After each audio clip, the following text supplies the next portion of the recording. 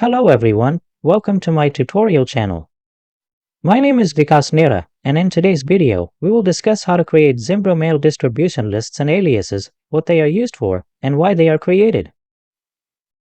We will learn about these topics. I have covered several topics in previous videos, so please watch them as well.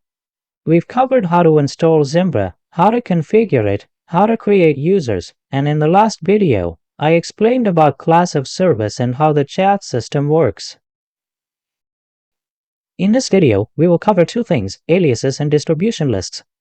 You'll find these options in the homepage, which opens by default. Go to Manage, where you've configured your account, then go to Aliases. You'll see two default entries. Click on New to create a new one. You can enter any name here. For example, I'll create an email alias named YouTube. You need to specify a target email here. I have created my email account and there's also a login. This email is the login for the domain. I have created this email, and I'll show you the info account.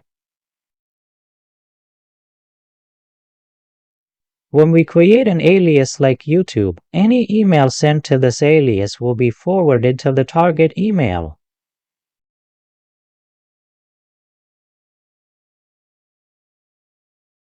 If you create multiple aliases with the same target email, any messages sent to these aliases will be delivered to that target email.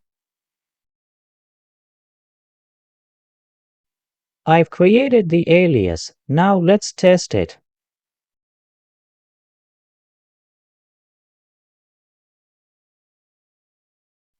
The admin account is open here. I'll send a test email from it.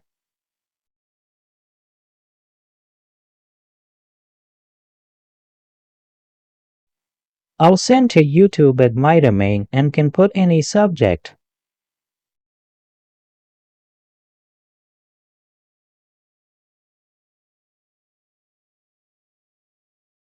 This is the info account, and I'll log into it. I've logged in and am sending an email to the YouTube alias.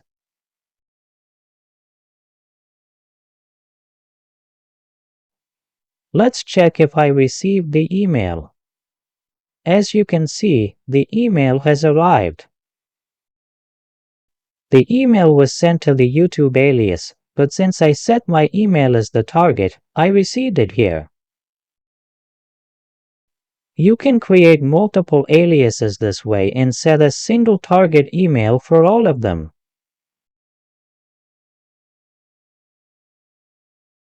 That's how aliases work. Now let's look at distribution lists. Click New here. Let me explain their purpose. For example, you might have seen support email addresses on various websites. When someone sends an email to the support address, that email gets distributed to all members of that company's support team.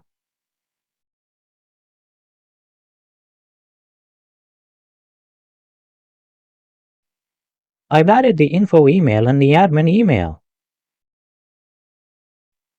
I've subscribed both accounts to the distribution list.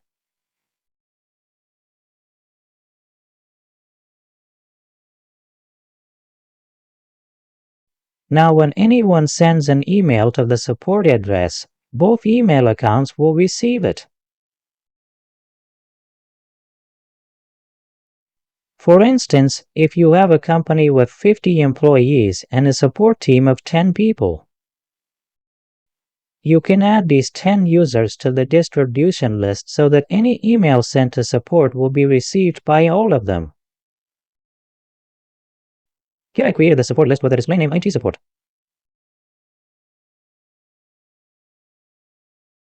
You can configure additional settings if needed, but I'll just click Finish here.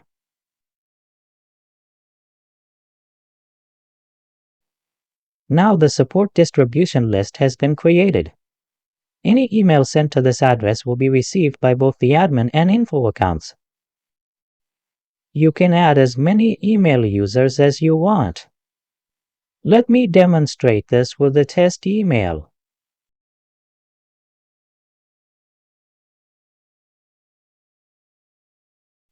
I'll put hi in the subject line.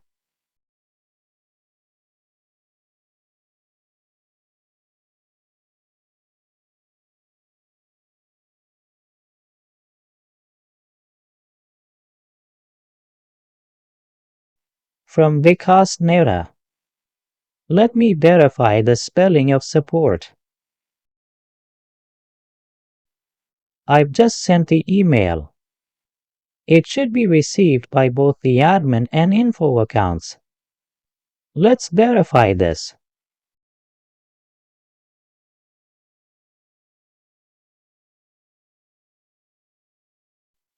Let me refresh the inbox.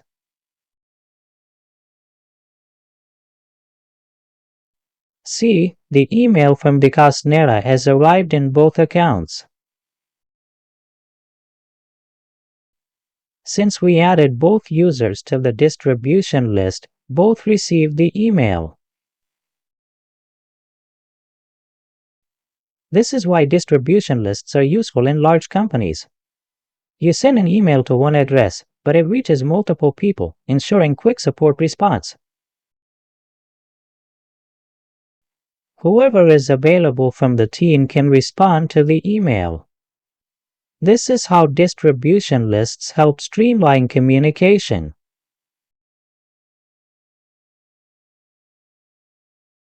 That's all for this video about creating and using distribution lists.